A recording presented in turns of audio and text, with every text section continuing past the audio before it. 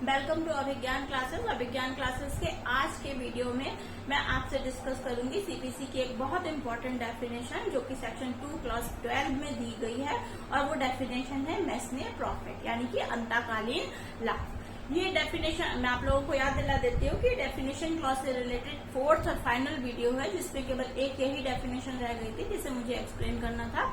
तो आज मैं उसी डेफिनेशन को एक्सप्लेन कर रही क्योंकि one of the most important definition of CPC है कि मेसने प्रॉफिट है क्या। इसमें आपके शॉर्ट नोट भी बन जाता है, आपके कभी कभी मेसने प्रॉफिट का मीनिंग पूछ लिया जाता है शॉर्ट क्वेश्चन में, तो it is very important definition.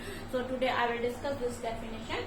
Mesne profit क्या है? 2 क्लास 12 बताता है कि मेसने प्रॉफिट ऑफ प्रॉपर्टी, इस मेसने प्रॉफिट या अंतकालीन लाभ जो है प्रॉपर्टी के ऐसे लाभ है, उनका क्या मतलब है? मीन्स दोज प्रॉफिट्स, वो profit which the person in wrongful position. पहली चीज, मेसने प्रॉफिट किसको मिल रहा है? उस व्यक्ति को जो कि रॉन्गफुल पोजीशन में है, प्रॉपर्टी का ओनर नहीं है, किसी भी चीज का वो ओनर नहीं है लेकिन उसका पोजीशन है, रॉन्गफुल पोजीशन में वो व्यक्ति है।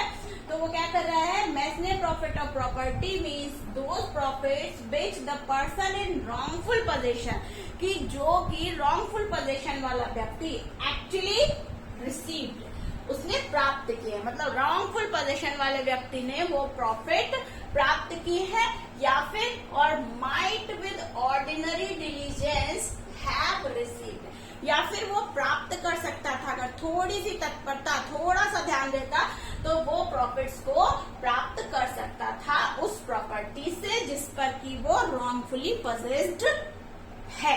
ठीक है, टुगेदर विद इंटरेस्ट। और मेसने प्रॉफिट में केवल वो प्रॉफिट ही नहीं आते, उसके साथ साथ इंटरेस्ट भी आता है। ठीक है, मेसने प्रॉफिट का मतलब है, अंतकालीन लाभ का मतलब है कि प्रॉपर्टी के ऐसे लाभ, ब्याज सहित प्रॉपर्टी के, इंटरेस्ट सहित प्रॉपर्टी के ऐसे लाभ जो कि रॉन्गफुली पजेस्ड व्यक्ति, जो कि उस प्रॉपर्टी पर रॉन्गफुली गलत तरीके से पजेस्ड है, उस प्रॉपर्टी का गलत तरीके से पोजीशन लिए हुए है, वो व्यक्ति प्राप्त किया है, या फिर थोड़ी सी तत्परता दिखाकर, थोड़ा सा ध्यान अपना उस ओर लगाकर उस प्रॉपर्टी से वो लाभ प्राप्त कर सकता था।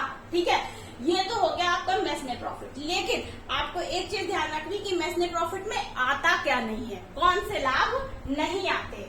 तो आगे की डेफिनेशन को आपको बहुत ध्यान से पढ़ना है कि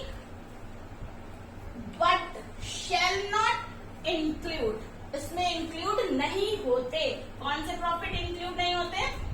due to improvements made by the person in wrongful position. इसमें वो लाभ इंक्लूड नहीं है जो कि उस रॉन्गफुली पोजेस्ड व्यक्ति ने उस प्रॉपर्टी पर, जिस पर वो रॉन्गफुली पोजेस्ड है, उस प्रॉपर्टी पर इम्प्रूवमेंट किए। मान लीजिए वो प्रॉपर्टी का ओनर नहीं था, रॉन्गफुली उस प्रॉपर्टी में रह रहा था, उस प्रॉपर्टी का ओनर बन के बैठा होता गलत तरीके से, लेकिन उसने उस प्रॉपर्टी में अपना पैसा इन्वेस्ट करके इम्प्रूवमेंट किए।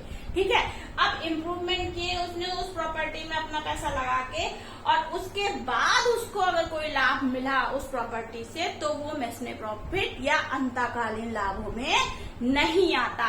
जब फॉर एग्जाम्पल मैं आपको बताना चाहूंगी कि मान लीजिए कि एक जमीन है, ठीक है, ये एक प्रॉपर्टी है और इसको जो ए है ये इसका लीगल ओनर नहीं है, लेकिन इसने इस प्रॉपर्टी पर कब्जा कर रखा था। ठीक है, अब इसने इस प्रॉपर्टी पे गलत तरीके से कब्जा कर रखा था, भले ही ये प्रॉपर्टी बी की प्रॉपर्टी थी। ठीक है, अब लेकिन बी इस प्रॉपर्टी का कोई यूज नहीं कर रहा था, उसके लिए बेकार थी, ये जमीन बेकार थी क्योंकि यहाँ पर कोई पानी का सोर्स नहीं था। ठीक है, for example I am telling कि ये जमीन बी की थी और ये प्रॉपर्टी, ये जमीन जो है वो बी की है, लेकिन ये लीगल ओनर है।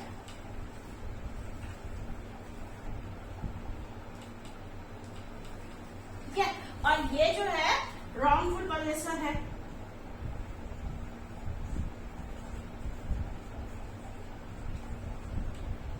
ठीक है, अब इसने जो है गलत तरीके से ए ने, मतलब इसने इस प्रॉपर्टी को, क्योंकि इसके किसी यूज में नहीं आ रहा था, इसमें ना वो खेती कर सकता था ना कोई ऐसा काम जिससे उससे आय हो सकती, क्योंकि ये जमीन जो है इसके आसपास पानी का कोई सोर्स नहीं था।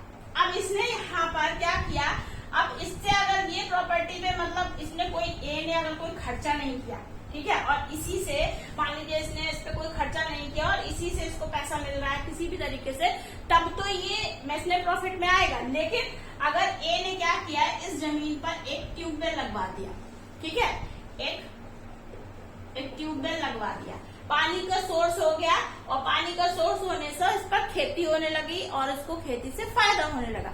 तो ये वाला जो लाभ, क्योंकि इसने ट्यूबवेल लगवाने में पैसा खर्च किया तो उससे इसने इस प्रॉपर्टी का इम्प्रूवमेंट किया, तो ये लाभ जो है अंतकालीन लाभ में नहीं आएगा, ये मैसने प्रॉफिट नहीं होगा। बाकी अगर इसने इस प्रॉपर्टी पर कोई इन्वेस्टमेंट नहीं किया और वैसे ही इस प्रॉपर्टी से इसको कोई फायदा मिल रहा था या थोड़ा सा दिमाग लगाकर वो उस प्रॉपर्टी से फायदा ले सकता था, तो वो जो है मैसने प्रॉफिट में आएगा। ठीक, आई होप अभिज्ञान क्लासेस के इस वीडियो लेक्चर में आपको मैसने प्रॉफिट की डेफिनेशन अच्छे से समझ में आ गई होगी। बहुत इंपॉर्टेंट डेफिनेशन है, समझ में आनी भी चाहिए।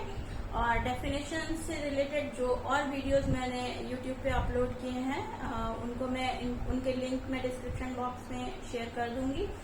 आप लोग वीडियोस को सुनिए, देखिए और साथ में बेयर एक्ट लेके बैठिए। जब आप बेयर से पढ़ेंगे, बेयर एक्ट लेके बैठेंगे और बेयर एक्ट को पढ़ेंगे साथ में, तो आपको डेफिनेशंस बहुत अच्छे से क्लियर हो जाएंगी। तो उम्मीद करती हूँ कि आपको ये वीडियो पसंद आया होगा। तो अगर वीडियो पसंद आया है तो मेरे इस वीडियो को लाइक कीजिए, चैनल को सब्सक्राइब कीजिए और ज्यादा से ज्यादा लोगों तक शेयर कीजिए।